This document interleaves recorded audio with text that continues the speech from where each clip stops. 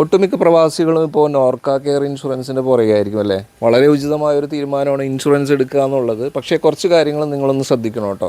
അതായത് ഇൻഷുറൻസ് എന്ന് പറയുന്നത് തീർത്തും 100% സർവീസുമായിട്ട് ബന്ധപ്പെട്ട കാര്യങ്ങളാണ്. അപ്പോൾ അത് ഗവൺമെൻറ്റുമായിട്ട് ബന്ധപ്പെട്ട് എത്രത്തോളം സർവീസുകൾ നിങ്ങൾക്ക് കിട്ടും എന്ന് നിങ്ങൾ ഒന്ന് ഉറപ്പുവരുത്തുന്നത് നല്ലതായിരിക്കും.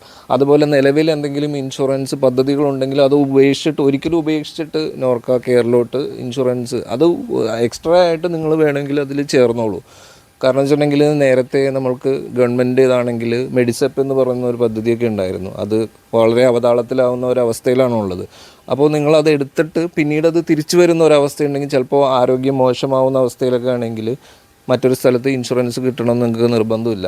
കൃത്യമല്ലാത്ത സർവീസും ഫണ്ടുകളുടെ അപര്യാപ്തതയും കൊണ്ടാണ് ഈ പറഞ്ഞ മെഡിസെപ്പ് പോലുള്ള പദ്ധതികളൊക്കെ അവതാളത്തിലായത്. അപ്പോൾ അങ്ങനെ ഒരു അവസ്ഥ ഒരിക്കലും ഇതുപോലെ നോർക്ക പോലുള്ളതിന് വരരുത്. അപ്പോൾ നിങ്ങൾക്ക് ഫണ്ട് കയ്യിലുള്ളവരാണെങ്കിൽ ഒരു എക്സ്ട്രാ ഇൻഷുറൻസ് മറ്റൊരു കമ്പനിയിൽ നിന്നും കൂടി ഇൻഷുറൻസ് എടുത്തു വെച്ചിട്ട് നിങ്ങൾ എപ്പോഴും സുരക്ഷിതരാവാൻ ശ്രദ്ധിക്കുക കേട്ടോ. അപ്പോൾ ഇത് തരത്തിലുള്ള എന്തെങ്കിലും കാര്യങ്ങളോ ഇതിനെക്കുറിച്ച് അറിയാനൊക്കെ ഉണ്ടെങ്കിൽ ഞാനായിട്ട് കോൺടാക്റ്റ് ചെയ്യുക.